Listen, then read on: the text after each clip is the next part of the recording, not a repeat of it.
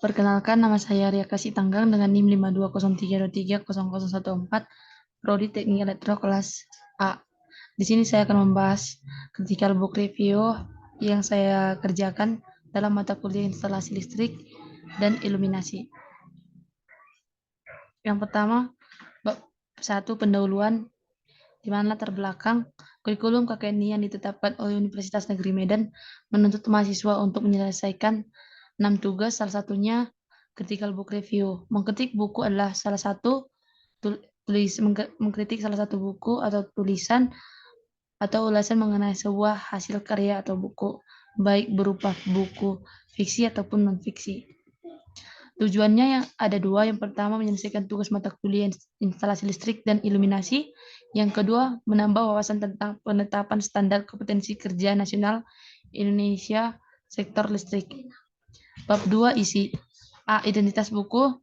Judulnya itu penetapan standar kompetensi kerja nasional ketenaga listrikan bidang instalasi pemanfaatan tenaga listrik. Penulis Menteri Tenaga Kerja dan Transmisi Republik Indonesia tanggal 13 April 2007.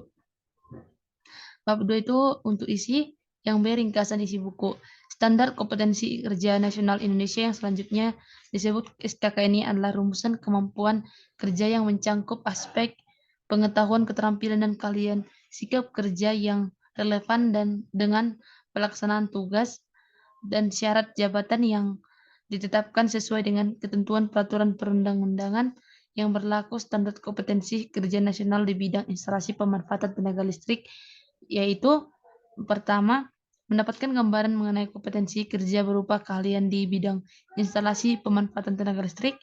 Yang kedua, SKKNI di bidang instalasi pemanfaatan tenaga listrik yang mengacu pada nomor 227 garing MEEN garing 2003 dan nomor 069 garing MEEN garing 2004 tentang tata cara penetapan SKKNI yang berorientasi kepada kebutuhan real di industri. Yang ketiga, dimilikinya SKKNI di bidang instalasi pemanfaatan tenaga listrik yang selaras dan sesuai dengan best practice layanan ketenaga listrikan dan peralatan atau perundangan yang terkait. Adapun standar kompetensi dibutuhkan oleh beberapa lembaga atau institusi yang berkaitan dengan pengembangan sumber daya manusia sesuai dengan kebutuhan.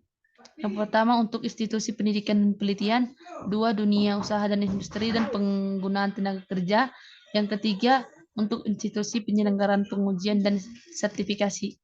Bab 3 itu ulasan. Yang pertama, kelebihan daripada buku ini. Yang pertama, buku ini ditulis dengan kaidah bahasa yang baik dan benar. B, isi dari buku ini tidak melenceng dari pokok masalah yang ditulis pada latar belakang dan sebab. Yang kedua, kekurangan. Adapun kekurangan dari buku ini tidak terdapat rangkuman dan ilustrasi yang menggambarkan poin tentang isi yang dipaparkan. Untuk kesimpulan, standar kerja nasional Indonesia sektor ketenaga listrikan bidang instalasi pemanfaatan tenaga listrik ini disusun sebagai acuan dalam pengembangan SDM sektor tenaga listrik khususnya di bidang instalasi pemanfaatan tenaga listrik. Terima kasih. Sekian dari presentasi saya mengucapkan terima kasih.